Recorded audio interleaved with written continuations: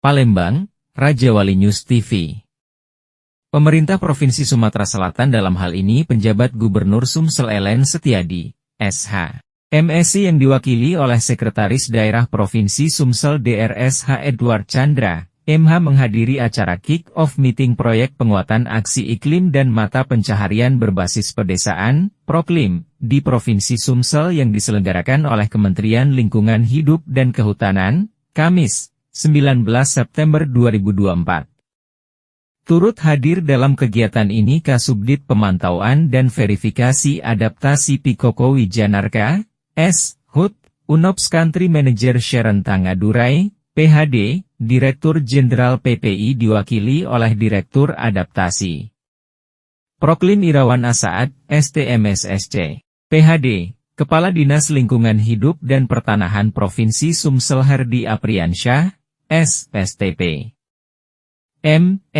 Kepala Dinas Kehutanan Provinsi Sumsel DRSH Koimudin, SHM, dan kegiatan ini sendiri dipusatkan di Grand Ballroom Excelton Hotel Palembang. Dikatakan Sekda Provinsi Sumsel DRSH Edward Chandra, MH, di mana ancaman global perubahan iklim sudah menjadi masalah internasional yang harus dikendalikan oleh kita semua.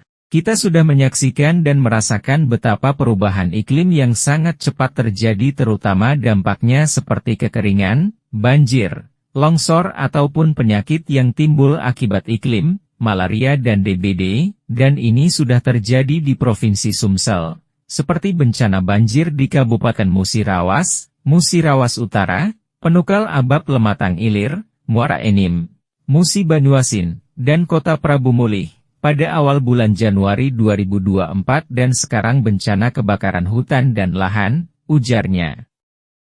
Menurut Direktur Jenderal PPI diwakili oleh Direktur Adaptasi Proklim Irawan Asaad, STMSC, PhD, karena kita kan di Kementerian LHK selalu diberi arahkan oleh Menteri LHK menyampaikan bahwa leading by example, berikan contoh. Karena dengan contoh orang bisa melihat dan belajar dari sana dan di Sumsel untuk melakukan itu. Bahwa Proklim ini kan bukan program yang baru, dibentuk sejak tahun 2012 sudah dekade, dan sejak tahun 2023 kemarin Proklim yang awalnya diberi nama Program Kampung Iklim diubah menjadi program komunitas untuk iklim, jadi kalau dahulu hanya berbasis desa, ungkapnya. Begitu juga disampaikan Kasubdit Pemantauan dan Verifikasi Adaptasi Pikoko Wijanarka, S. Hut, berkaitan dengan kick-off meeting pada hari ini kami sampaikan bahwasanya kerjasama antara Kementerian LHK dengan UNOPS tentang proyek penguatan aksi iklim dan mata pencaharian berbasis pedesaan, Proklim, di Provinsi Sumsel ini telah diinisiasi sejak tahun 2022, kemudian dituangkan dalam Memorandum of Understanding, MOU, pada bulan Oktober tahun 2023. Dan kerjasama ini bertujuan untuk membangun 100 lokasi Proklim yang di wilayah penekanan Proklim serta meningkatkan peran serta masyarakat di sekitar Proklim, katanya. Harto, melaporkan dari Palembang, Sumatera Selatan. Banyak terjadi di Sumatera Selatan, terutama di beberapa kabupaten, misalnya kalau banjir di Musirawas, Muratara, Pali, Morenim, Muba, Prabu Mulih. Nah ini kalau musim penghujan, kita sudah mendekati musim penghujan. Kalau kemarau, karuklah. Makanya Pak Kepala Balai tidak pernah lepas baju merah terus, ya, siaga terus. Tadi beliau sampaikan masih ada yang belum dipadamkan karhutlah di dekat kita mana, di dekat Palembang. Ini tim beliau semuanya baju merah. Kemarin informasi ada 111 hotspot ya. Nah kalau catatan sejak tahun 2024 ini 3.242 hotspot.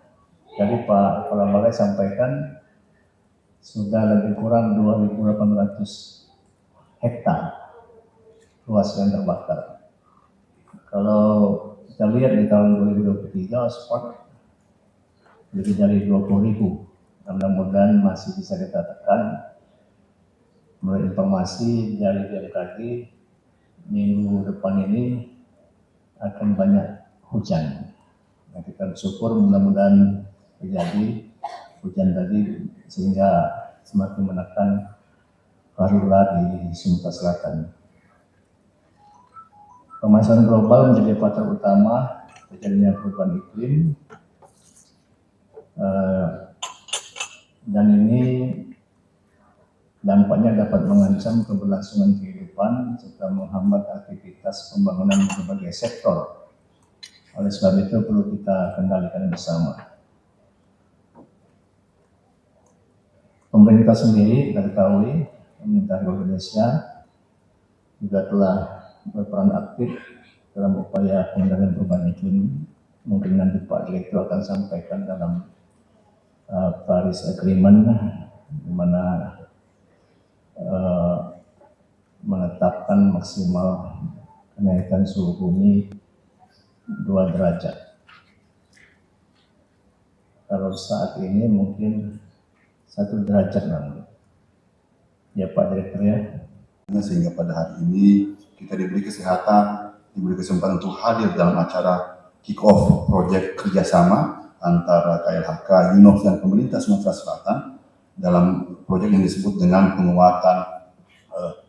proyek penguatan aksi iklim dan mata pencarian berbasis pedesaan yang kita kemas dalam bahasa yang lebih populer, bahasanya aksi PROKLIM. Disebutnya Strengthening Village-Based Climate Action and Livelihoods in South Sumatra Province. Tadi Pak Sekda sudah sampaikan bahwa proyek ini akan dilaksanakan di 100 lokasi di 10 kabupaten kota hanya di Sumatera Selatan, Pak. Daya Pak di Kepala Dinas dan teman-teman semua membangun PROKLIM di sini.